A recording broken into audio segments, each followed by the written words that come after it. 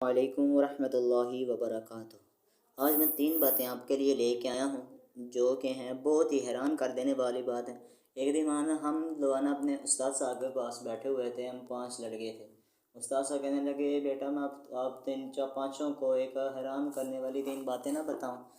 ہم نے کہا جی استاد صاحب ارشاد فرمائیں۔ استاد صاحب کہنے لگے کہ بیٹا جھوٹ مارو، جتنا تم سے ہو سکے اتنا جھوٹ کو مارو۔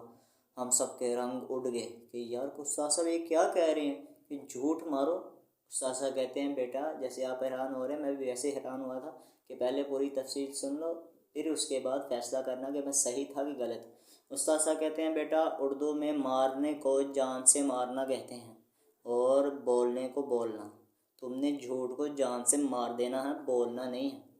پھر استاد صاحب کہنے لگے بیٹا ایک اور بات نہ بتاؤں۔ ہم نے کہا جی استاد صاحب ارشاد فرمائیں۔ استاد صاحب کہنے لگے بیٹا حرام کھاؤ پیو۔ ہم اس سے بھی زیادہ حیران ہو گئے، ہمارے پیروں تلے زمین کھسک گئی کہ استاد صاحب یہ کیا فرما رہے ہیں۔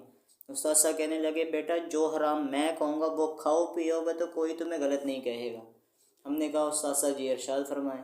استاد صاحب کہنے لگے کہ بیٹا غصہ حرام ہے، غصے کے جیسا حرام نہ کوئی پہلے تھا نہ کوئی ابھی ہے۔ غصہ تم کھا پی جاؤ گے تو اس حرام کھانے پینے سے بھی تمہیں نیکیاں ہی ملیں گی، گناہ نہیں ملے گا۔ ہم تب بھی تسلی ہوئی یا اللہ شکر ہے تیرا کہ استاد صاحب نے ہمیں سمجھا دیا، ورنہ تو ہم بھٹک جاتے۔ تو استاد صاحب کہنے لگے کہ بیٹا تیسری بات نہ بتاؤں۔ ہم نے کہا جی استاد صاحب ارشاد فرمائیں۔ اب یہ بات سب سے ہمارے دل جو ہے نا زوروں سے دھڑکنے شروع ہو گیا، اب استاد صاحب کیا فرمائیں گے۔ استاد صاحب کہنے لگے کہ بیٹا چوری کرو، پر جو میں چوری کہوں وہ تم نے کرنی ہے۔ ہم پھر حیران ہو گئے یار استاد صاحب یہ آج کیسی باتیں کر رہے ہیں، استاد صاحب کی طبیعت ٹھیک تو ہے۔ استاد صاحب کہنے لگے بیٹا جلد بازی کا فیصلہ شیطان کو آتا ہے، پہلے تم سن لو پھر اس کے بعد تم فیصلہ کر لینا۔ ہم نے کہا جی استاد صاحب ارشاد فرمائیں۔ استاد صاحب کہنے لگے کہ رات کے 11 بج رہے ہیں۔ ہم نے کہا جی استاد صاحب بج گئے۔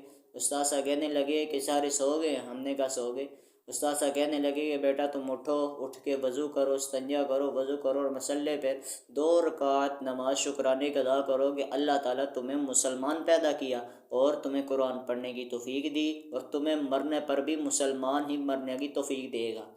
تو میں نے یہ باتوں سے سیکھا تو ہر چیز کا مطلب 2 ہوتے ہیں، ہر مطلب کے 2 منہ ہوتے ہیں۔ تو آپ نے اگر میری باتوں سے سہمت ہیں تو کمنٹ میں ضرور بتائیں اور سبسکرائب کرنا نہیں بھولیے گا۔ تو میں ملتا ہوں اگلی ویڈیو میں۔